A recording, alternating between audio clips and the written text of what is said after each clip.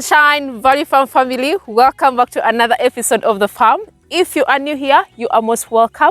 Please consider subscribing if you haven't already, and also turn your notification bells not to miss out on any videos on this channel. And of course, to all our returning subscribers, thank you so much. We really appreciate you guys so much. Well, we are back at the farm and it's really very interesting. It is very nice to be at the farm. Of course, it's a very sunny day. It's beautiful. You know, we had some rains the previous night, but it's all good. We are here, of course, to share with you guys what is actually happening at the farm, and of course all the activities that you guys really love to see at Value Farm. Well, I have my co-director on standby who is going to also say hello to you guys and also, you know, introduce himself to you guys watching him for the first time. Well, hello everybody, my name is Gregory, also known as Grafton. I'm one of the co-directors here. And yeah, so as you can see today, the background is different. Usually, you guys typically see us in front of the either goat house or the pig pens, but today we're actually standing, and behind us, it's been the lifeblood of this farm. Yeah. So we often talk about infrastructure, you know, how you start, how you prepare when you first want to start building your farm. And luckily for us here, we were very fortunate to be able to find this location where we have a convergence point where we were able to actually put this dam. And this dam is what's been feeding most of our irrigation for the plants, what's actually been the livestock. That's where the primary source of water comes from. We have filters in there and we pump the water to our reserve tanks, and that's it. But we also have other boreholes at the farm. Yeah. In the States, I know you don't know what a borehole is, because when I first came here, really? I've never heard of a borehole. It's different. A borehole in Uganda, for us, we call it a well. So we have wells here that we've dug. We actually have a few of them, and we plan on doing more here for the area. Okay. And yeah, so this is how we get water. We pump it from here. We've highlighted this maybe once or twice in the past, but in the beginning, most people couldn't comprehend why we invested so much time on this dam, so much money to actually build this large of a dam, as opposed to just buying animals. Well, it's the same thing, right? If you're gonna have livestock, you need to have the food and you need to have water. And not all of us are blessed with running streams of water. That is true. And in our case, our area is a bit dry, right? So this was one of the first things that I actually told my partner here that we needed to do to make sure that we had enough. And it's also, as I'm speaking to you guys right now, I'm actually seeing a beautiful eagle that just landed in the background near where our passion fruits are. So the ecosystem is working, guys. The way we're doing things on an organic way, you know, we don't use real pesticides. We try to do everything organically as much as possible. And so far, so good to see life come into this place. Because when we first got here, for those of you who's been with us for a very long time, this was a very barren, very aerated area. True. It was overly grazed for 50 plus years. The only thing that used to happen here, herdsmen used to come in here with their cows. So I would say on a daily basis, this whole area used to be grazed by about 500 plus cows. 2 to 3 times a day, sometimes 4 times a day. So the land never had a chance to rest. It never got a chance to recuperate. A lot of it turned into like really hard, unusable soil. But so far, we're doing our best to reclaim that soil, to bring it back to life. And Mother Nature here in Uganda has been cooperating. And so I'm very excited. And it all started with this dam. That is so true. Because this dam actually, the underground aquifers actually have been filtering out throughout, and as you guys can see, we have lush greens everywhere. Definitely we have some weeds that we want to get rid of, but because of what we've done here, we've been able to actually reclaim some land behind where we've seen the sweet potatoes, where we've actually planted some of the tomatoes. We've tested that soil, and so far so good. It's working. That is so true. Talking about how we found this land, like the cattle keepers used to burn the grass all the time so that it can regrow. So there's really totally nothing that was really happening here. That's the method of preference here.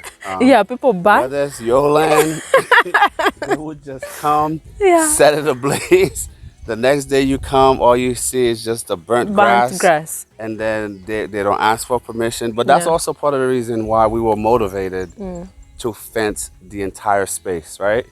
By fencing the space, we were then able to really start to, you know, have more control over the areas that we own. That is so true. Versus letting random people come onto the space and just utilizing it, burn crops. In fact, a few times, we even had maize in the ground. That is true. And the flames that they set actually toasted the maize. The maize a little bit. So it's one of those things it that was you have really to so learn. tricky. Yeah. And also, like when we came here, it was really totally dry. The source of water was not available. I think they only had one dam around the village here. A very ill. Again, I love my people. This is our, you know, like guys, when we point this stuff out, it's not to disparage anyone. It's to basically share with you guys the unique circumstances that we were facing here. Yeah, in the beginning. Some of you that are in the north, some of you that are closer to the Nile, you have no water issues, right? Yeah. But then with us here, it was really, really tough going. But I can tell you though, when we first came here, there's a government dam that was dug for the community. It's 1/5 of the size of this dam here. Yeah. So usually what tends to happen, because it's so shallow, it does not retain water. True. So when the rains come, it typically overflow into our property in the front, right? But then again, it's a double-edged sword because when the rains go away, it just completely dries up and turns to mud.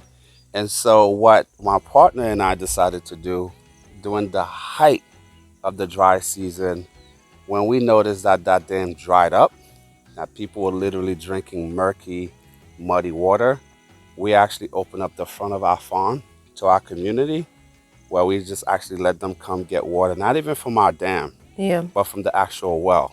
Clean water.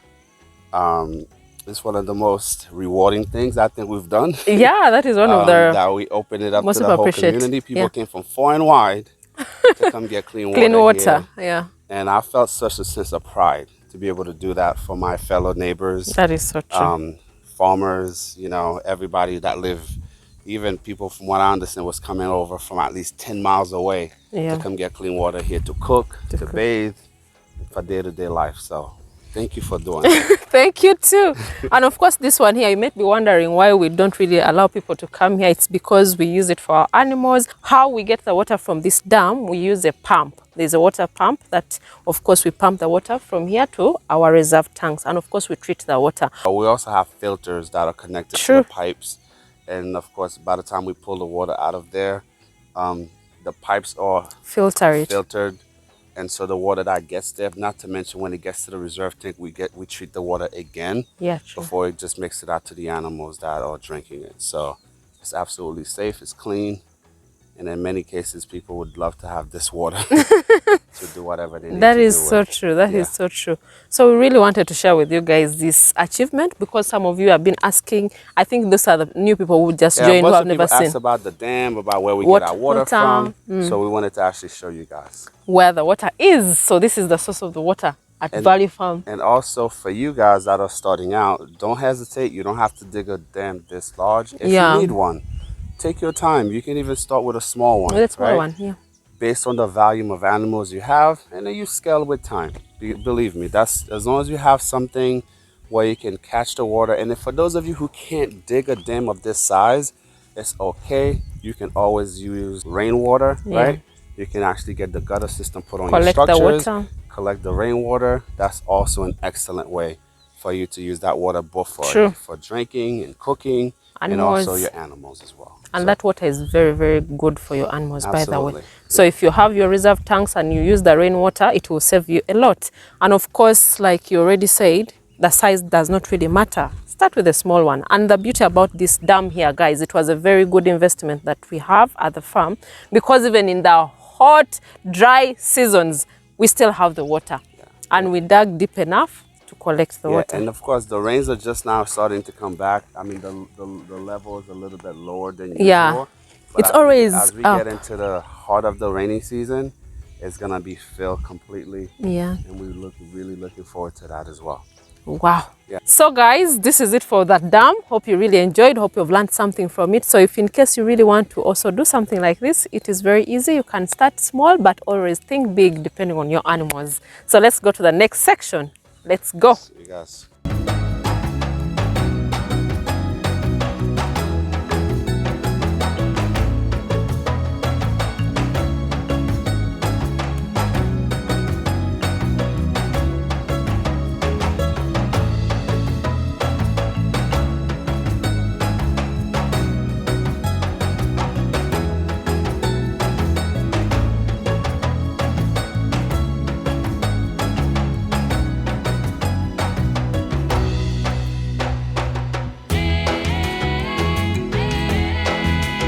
Guys, right now, as you can see, we're in another section, a more familiar setting. Today, of course, is a Monday. You might hear what sound like murder, like somebody's being mugged or horrible things might be happening back there. But it's not. This is just that time of the month because of the rainy season that we actually have to deworm all of the goats. So at this point right now, the assistant manager's in there. Prosper's in there, the rest of the team that's actually in charge of the goat unit. Yeah. They actually have them isolated in each particular rooms that they usually like to sleep in, and they're all getting their dewormers. And then another thing for those of you out there who are now starting to get into this whole goat rearing situation, this is a necessary thing that you have to do. Now, granted, I don't know if you guys remember, we mentioned at some point in the future, when we get our numbers to the numbers that we're more comfortable having them, we're actually going to have a special flock that we're going to purposely not treat them, not deworm them in any way, natural or otherwise, right? Because we want that flock to develop their own immunity. And then once we achieve that goal, that's the flock we're going to continue to grow and slowly phase out the weaker versions, right? We do have wonderful goats here, but it's the rainy season. A lot of parasites are present. So this is also what we have to do. So once a month during this time, we have to deworm. And that's why you're hearing back there. Yeah. They hate being injected like me. I'm a big guy. If you want to see a big guy squirm and squeal like a child, wow, that is real. See me at my doctor's office. I see a needle and I turn into a 2-year-old. Yeah. And so that's how it is. That is interesting. But why? Wow. But it's really so good to deworm your animals, especially the goats, the cows as well.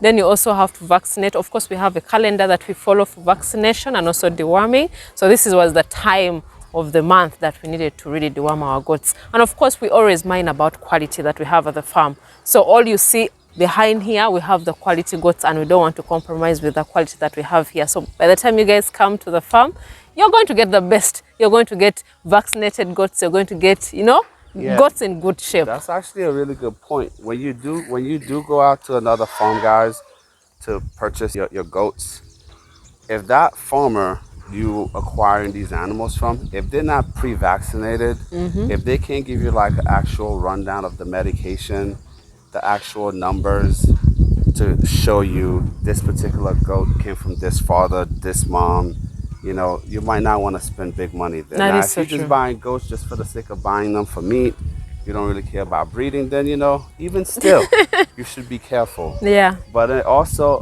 one mistake a lot of you do make at times when you do deworm your animals, do not deworm and then give the vitamin boosters at the same time. Yeah. It's going to cancel each other out. So first you deworm, like 3 to 4 days later, then you come back with the vitamin boosters. The vitamin booster. Yeah. All right.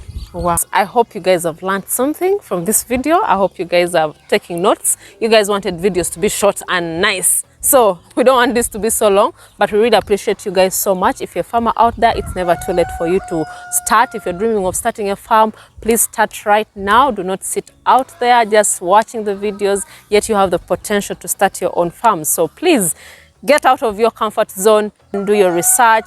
Collect whatever savings that you have so that you can start something of your own. Speaking of comfort zone, guys, as a former, manager in the financial world now, one of the managing directors here at Value Farm, and in my past life, being a small business owner for more than 10 plus years prior to this venture here, we always preach to our employees, if you feel that you're just going through the phases in life, then you're not challenging yourself enough. True. For those of you who ever worked out with a personal trainer or played youth sports, you know your coaches and your strength trainers will always tell you, if you can run that mile to the point where you're not breathing heavy by the time you get to the finish line, you're not working hard enough. Wow. Whatever you're doing right now, if the idea is for you to just walk through and live your life the way you're living it, where you know what Monday, Tuesday is going to bring even before the week start, you might need to challenge yourself. Farming is definitely one of those ventures that will challenge you. True. No one day at the farm is ever going to be similar. Yeah. Because every time you make it to the farm, every time you get on the grounds, there's always going to be something to do. There's always going to be more work for you to do. Things you see that you can improve, things you see that you're doing well. And of course, how do you get that across the farm? How do you communicate that with your staff? So all in all, I say all of that to tell you guys, if you're just going through the motions in life, particularly in your career, it might be time for a change. And if you're going to make the change, this is the time. Farming is the industry. For those of you that are in Ghana, even here in East Africa, I don't know what it's like in Northern Africa, but the price of food is just exploding. Going up. And it pains my heart because a lot of people, you know, that we know, I know personally in this country that are on the margin. What does that mean? You know, they're the working poor. You know, husband's working, wife is working, and they're barely able to keep their head above water. But now, all of a sudden, the price of food has gone up 25%, 30%, in some instances trying to buy oil or even fuel to navigate the streets of Kampala is getting to the point where it's out of reach. Now, the prices are literally going up like every other week. To give you guys an example, with the way things are right now, had we waited until this moment to build a piggery unit that you guys love so much, I'm not sure we would have been able to do it to that scale. Because when we started to build this place, one bag of cement used to go for 22,000 shillings. Yeah. Now, I'm sure it's over 40,000. A bag of cement. An increase of what, 100%, right? And the average person in this country, you know, some folks barely make 300,000 shillings for the month. That's the entire take-home salary. That is How true. is that individual, how is that family now going to be able to build something, spending 40,000 shillings per month? So just to put that into perspective, but what can you control is the only, what you are able to control is the only thing you should be worrying about. Yeah. Block out the noise, block out the haters, because believe me, there are plenty of them out there. You just need to focus on the things that the good Lord put on your hand. And it's often said, the good Lord will never give you more than you can handle. True. So ultimately, whatever challenges that you're facing, don't look at it as a roadblock, look at it as an opportunity. Yeah. COVID happened, we happen here. Yeah, right? that is true. So you take the worst situation you face, as they say, you could always make lemon out of lemonade. In this instance, everything is going up. True. Salaries are not matching that. No. So you have to eat, you have to live.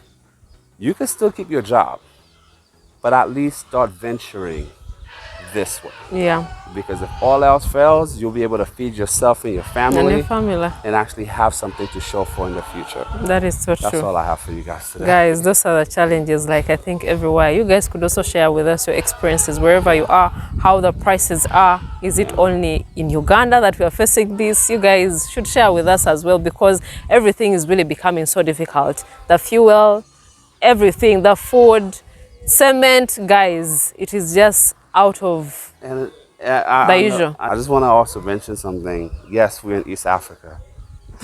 Guys, our neighbors in Kenya, those guys are suffering. We have people in Rwanda where it's also a challenge because resources, few and far between, I should say. For example, there's a massive shortage of every True. resource that you need to both build and to eat.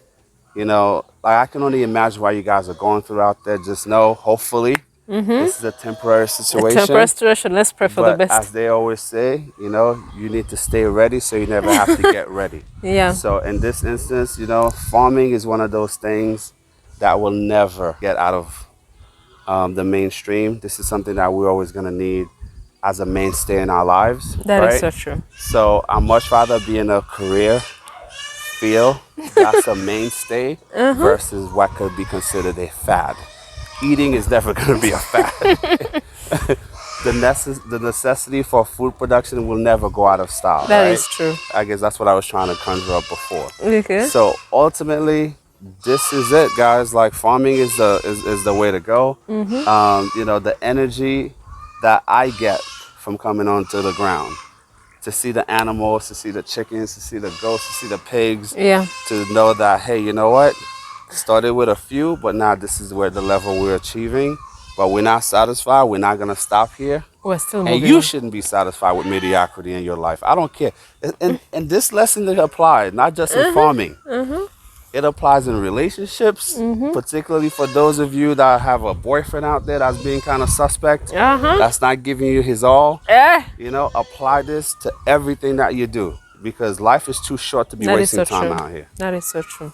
Farming is very interesting. That's what I should really tell you guys. Do not fear, do not get, you know, intimidated with people saying, okay, farming has no money, maybe farming, you're a failure out there. Farmers are not failures, by the way. They're the ones who are making us who we are right now. They're the ones. Anybody that tells you farming is not a noble profession, a respected profession, even if that person is a doctor, they don't know what they're talking about. They don't know. Because you know what? Without farmers, we'd all be starving. It'll be apocalypse, you know, on Earth, you know, right now. So we don't want that Armageddon to arrive. When you have shortage in food, nothing is right with the world. That right? is so true. And we know even now, in terms of especially this continent, you know, this is something that's sorely needed. We need more farmers out there. We need more people that are actually going to be able to produce. And that's the sad thing too. We have the land here in Uganda. We have the soil. We have the weather. We have the rain. We don't, luckily for us, we don't experience any extended droughts. No. So if you're lucky enough to be in this country, yeah, of course. If you're lucky enough to be in this country or anywhere along the eastern rim of the continent, this is the time for you to get in. And again, there's so many variety of farming you can do. Yeah. You know, I actually watched a documentary a few weeks ago, mint farming, right? That this one family, you know, that's all they do. They grow the herbs for mint. Wow. That's what goes in all your gums. That's what goes in all your toothpaste. I never in a million years would have even considered, you know, growing mint. But guess what? That family is a multi-million-dollar operation that they're running.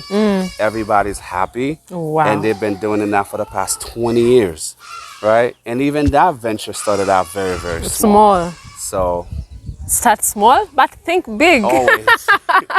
Guys, we really appreciate you guys so much. Thank you so much for watching the video till the end. If you haven't already subscribed, please subscribe. Do not miss out on subscribing because it's free of charge. Please also consider checking out our social media platforms like Instagram, that is Value Farm UG. We have Facebook, Value Farm UG. You can also support Value Farm through Patreon account, through PayPal, through membership, all that. Speaking of Instagram, I think like 2 weeks ago I issued out a challenge to you guys because our IG numbers were looking very pedestrian.